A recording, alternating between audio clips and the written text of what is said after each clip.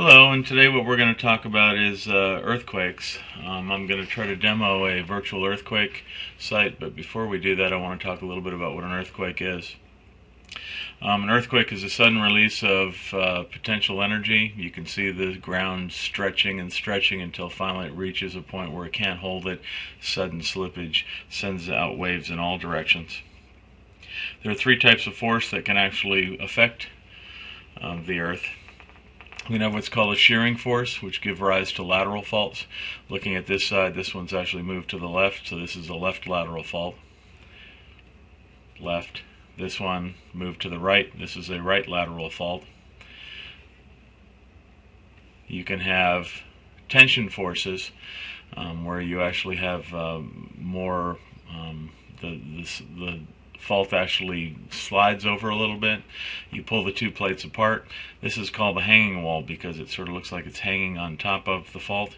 This one is pulled down. That is a normal motion for, if you can imagine the hanging wall like a ball to roll down this hill. It is caused by tension. If you take a look at this one, this fault looks a lot alike. Especially after you've got some erosion. The way you can tell the difference is you look at the rock, and if you've got very young rock sitting on top of much older rock, this is a normal fault, even though you don't know which way the plate's moved. But this is called normal fault, caused by tension. This is a reverse fault, caused by compression. Excuse me one second.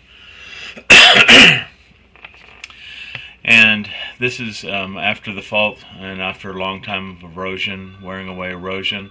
You can actually look at this, and if you've got much older rock on top of younger rock, this was a reverse fault.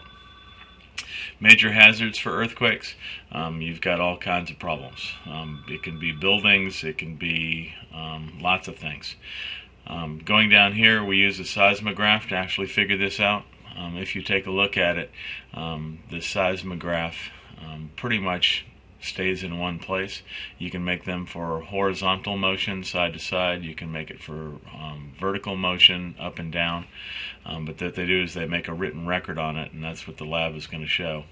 These are the three types of waves that actually are caused by earthquakes. We got what are called P waves, primary waves. First ones to get there, they're called caused by compression, where we actually push the rock, we squish the rock, making it smaller. This motion is moving the same direction as the wave, so this tends to be the fastest motion.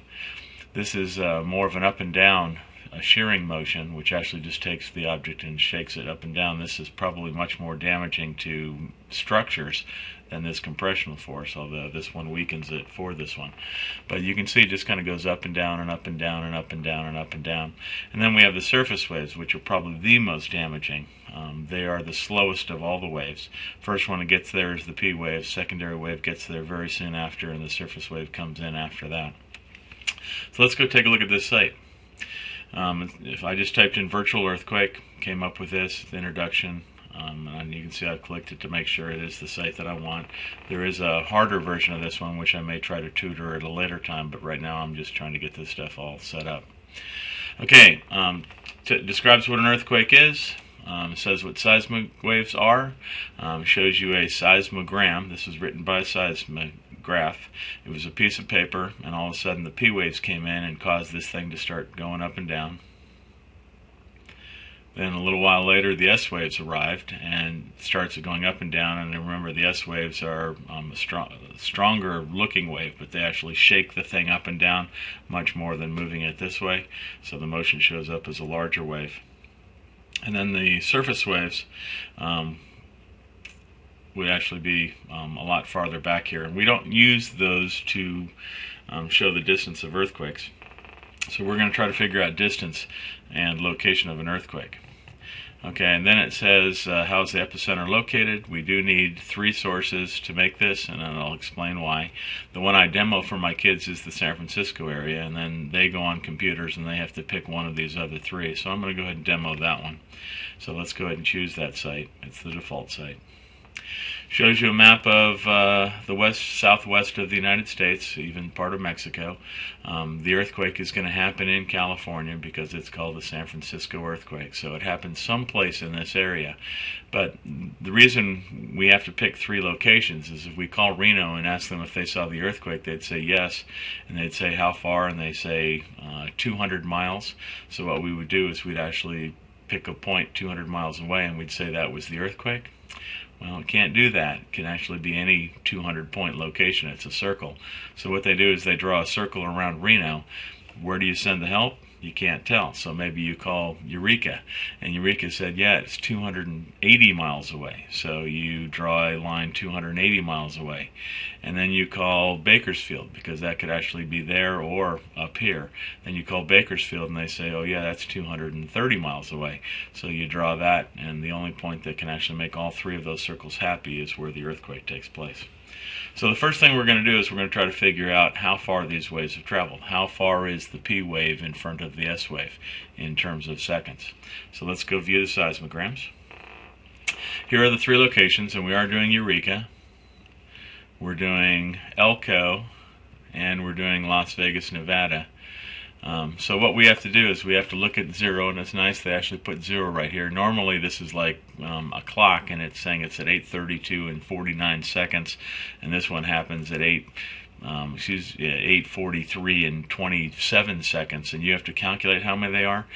They put a 0 there for you, and then all you have to do is just calculate. Here are the first pack of waves. These are the P waves, and then it settles down. And then here's the first S wave, and we just have to figure out how far the S wave lags behind the P wave. And if you take a look, we've got 40 and 50 with 1, 2, 3, 4, 5 lines. Each one of these is 2 seconds. So we've got 2, 4, 6, 8, 10. And it looks like it's a little bit before the 10. So 8 and 10. This one is at 49 seconds. This one down here sits at 72, looks like 72. And this one down here looks like it's at 64-ish. Could be 65, but let's try 64. And then we convert these with what's called the SP interval. This is a much nicer way of doing it, because normally what I tell my kids is you've got to take the S waves, and the S waves, again, going 100 miles takes longer than it took the P wave to get there. P wave gets there first, S wave gets there next. You determine this distance, you take it over to the seconds, and you figure out how many seconds it is. That's what we're going to try to do, is figure out distance, and then you can calculate how far it goes. But they actually did the math for you. They said these 2 lines in the space between gives rise to this SP wave. So that's the one we're going to use. So 49 seconds of SP means how many? Well, we go up to 49. We travel over to this line, and it's almost right there. And again, we have 20, 40, 60, 80, 100. Looks like it's right around 380, maybe a little bit more. I don't know, what do you want to say? 385, maybe? Excuse me, 485. 485 for that one. 72 seconds going over to that one. Looks like it's right smack in the, well, a little more than smack in the middle. So 680, 695.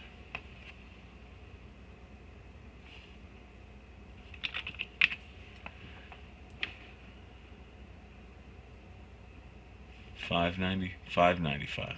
Nope, 72. 695. And then 64 seconds. Taking that one up. You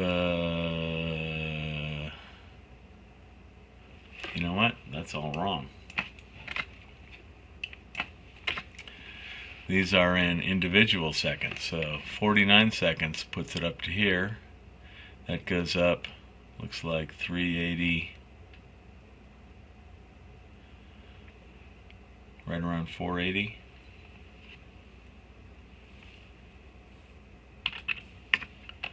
.72 seconds is up to there. Looks like it's 406, 705. This is 480. This is 705. Hope I don't do this tomorrow when I do this with my kids. 64 seconds is up here, and that looks like 625. And these may be a little off, but as long as we're close, let's find the epicenter. Actually, it says we did excellent work. So if you take a look, Eureka gave us this circle. Las Vegas gave us this circle, and we could have actually had the earthquake in 2 locations. And then we went to Elko, Nevada, got the yellow circle, and it actually says that the earthquake is right there.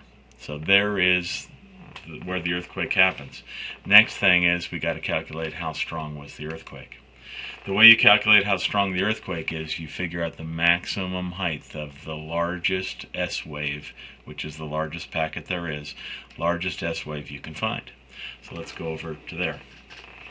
Next thing we do is we take that distance, the amplitude, half of the wave height, we actually take that and we put a dot. So if we think it's actually 1 millimeter tall and we think it traveled 100 kilometers, then we say that earthquake was 3.0. But if you could watch that location, if I could take this line and move it up to 10 and it still traveled 100 kilometers, that would mean that it actually is a stronger earthquake. If we actually kept it at 100 and we said this thing was a lot smaller, like 1/10 of a millimeter, that would slide this down and maybe it's a 2 point something earthquake. So let's go to the page and see what it's like. Okay, so there's the P waves, and we actually calculated it to be 49 seconds. That's not what we're trying to do now. We're trying to figure out how high is that tallest wave. Now they do make it usually nice that they make this wave the same height as that wave. You don't have to judge which one it is. You see that's a little bit lower than that line. That's a little higher than that line. So I'm just going to pick the top. Looks like it's 250 and looks like it's in tens. So there's 260, 270, 280, let's say 285 millimeters tall. This one down here for Elko looks like it had to travel farther. The wave's not quite as tall, but it could be some other things. But if you take a look at the distance, it traveled a lot farther than it did for this one. So the wave isn't going to be as strong, but with that curve that we were looking at, we should actually see the same thing. We're going to say that's 50, 60, nice and round, could be 60 something, but we're going to say it's 60 millimeters, and this one up there, we're going to say this is right at 100. Okay, we submit that nanogram, and it actually says with the lines, there's the blue line, which we said traveled, had an amplitude of almost 200. It traveled for a certain distance, which we said was almost 500 kilometers. The green one, a little more than 600 kilometers at 100, and this one more than 700 kilometers at 60. And what we're going to do is we're going to say that the earthquake's magnitude, how much power does the earthquake have? Let's say 7.1. Confirm it, and it actually says I did a great job. So the next thing I'm going to have the kids do is they're going to type in their name, they're going to type in their institution, Forest Park High School. Hopefully they'll type that faster than me. It is in Woodbridge, Virginia, and you can actually have that emailed to your instructor, but I don't have them do that. What I want them to do is just show me that they get the certificate. So we're going to just go to the certificate, but you can actually say email. You can put your email if you want them to actually give them to you that way. So let's get the certificate. There's my certificate. Mikey D, Forest Park High School, Woodbridge, Virginia, Thursday, May 10th, 2010. It does actually show you the SP. It shows you what your values were. It shows you what the actual values. Looks like we did pretty well. Shows you your values. Shows you the actual. We were 2 off, 2 off, 2 off. Not bad. Shows you the amplitude. We said 285, 277. Not sure how that worked. I must have misread it. 60, 57. And looks like we missed a couple of those. We said it was 7.1. They said it was 7.1. Okay, so this is what the kids show me, and when they do that, they get the 100% of whatever points. I grade with points rather than percents. I think I make this worth 40 points, which is a normal, a little less than a normal class grade, but I will give them their 40 points. Okay, thank you much. Bye-bye.